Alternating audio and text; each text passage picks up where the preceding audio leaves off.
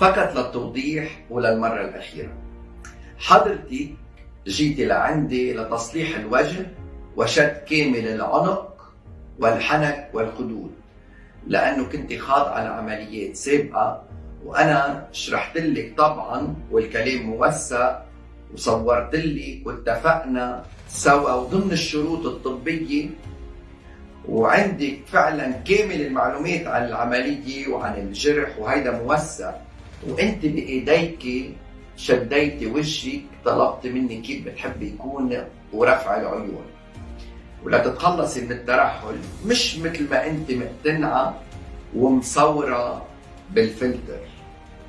انا مشكلتي ان انا لما باجي، احنا كلنا دلوقتي بنستخدم فلترز في الكاميرات والحاجات، لان عندنا كرمشه طول الوقت. انا عندي كرمشه هنا فظيعه تحت العين، هي مشكلتي الاساسيه.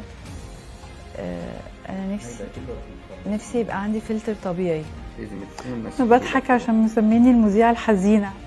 العملية شد الوجه والنتيجة ما بتظهر تاني نهار، وحسب الملف الطبي والتاريخ التجميلي، واكيد شرحت لك، واكيد في جرح، اضافه اذا كان في مواد مثل عند السيده ريهام وخيوط والدهون باعترافاتها حول العيون.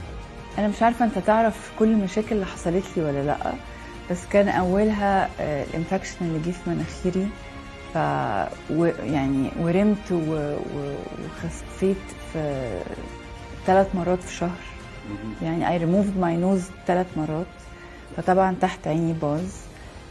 خسيت 12 كيلو، وحملت وخلفت، فحسيت ان وشي وقع خالص، وانا خلاص كرهت الفيلرز جدا، والشكل المنفخ ده ولا حلو على الكاميرا، ولا انا بقيت حاسه ان هو اليجنت خالص. فطبعا فكره ان انا اجي واطلب منك فيس ليفت دي حاجه صعبه قوي، لان دايما الناس بتطلب ده مثلا عند سن 60 بس انا حاسه خلاص ان انا يعني كل ما ببص في المرايه بتضايق.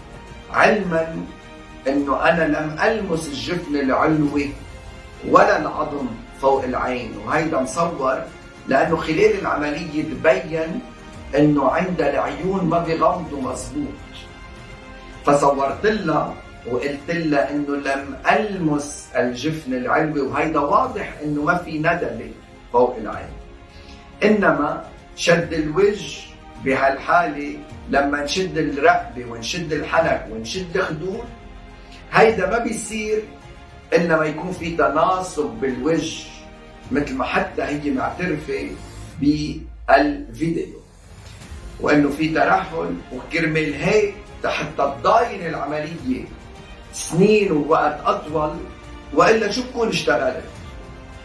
بلا قطب مثلا في عمليه من دون جرح، عمليه جراحيه من دون جرح، ما في كيف يعني. لهيك وحسب الاصول الطبيه المعتمده وحالتها اشتغلت بضمير، وما كان بينعمل احلى من هيك الشغل، وهي على علم بهيدا. وللعلم برجع بكرر، انا لم المس الجفن العلوي ولا العظم اللي فوق العين. تاني يوم بعد العمليه خرجت من المستشفى، مش مثل ما بتدعي بعد 1.5 شهر بالعنايه، طلعت من اوضه العمليات بعد 1.5 شهر. والاهم من هيك انه بعد 4 اشهر كانت على شاشه التلفزيون عم بتقوم بحمله ترويجيه لمستحضر تجميلي لشد الوجه، وحتى قامت بغسل وجهها على الهواء. كل مره يقول لي اصل انت بتحطي كريم فوق المكياج. لا هوريكم بقى. وحتى ما اعلمتني بهالشيء، وما عرفت شو كانت عم تستعمل كريمات.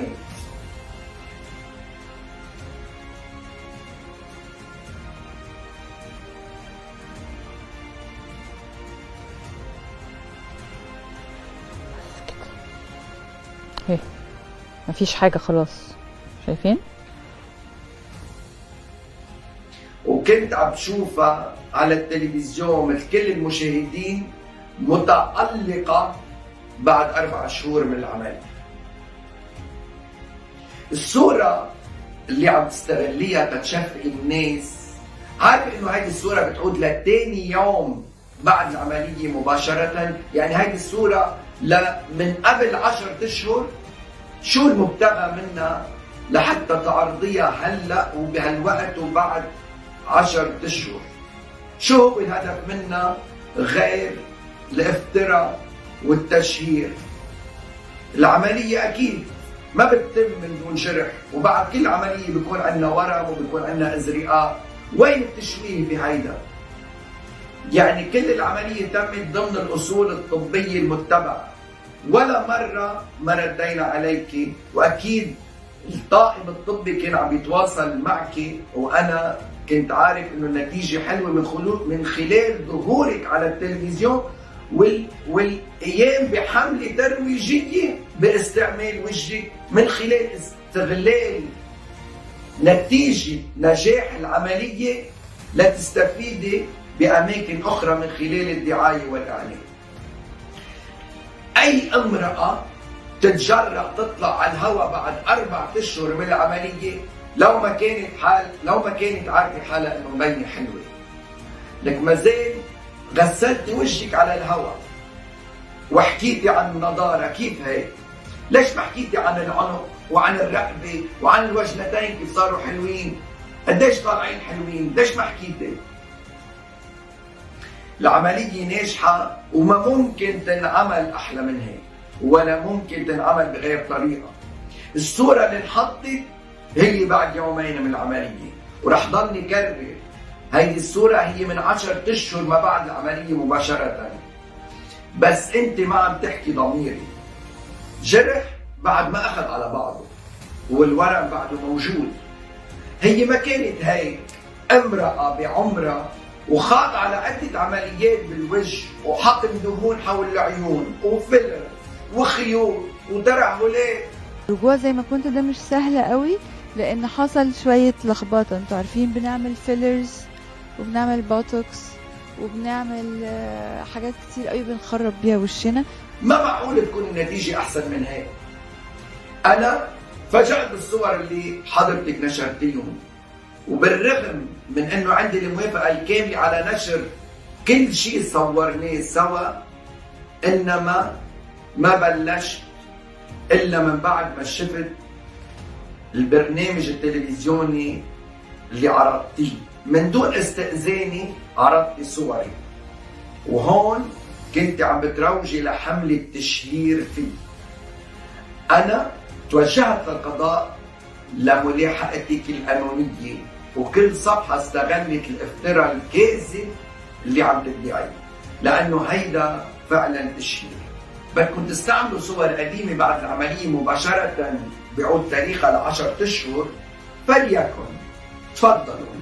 وصراحة ما كنت بدي انشر أي شيء أبدا، لكن لما بدها تقول كانت جاية لعندي قمر، صار لازم فرجي وجهها الحقيقي من دون فلتر.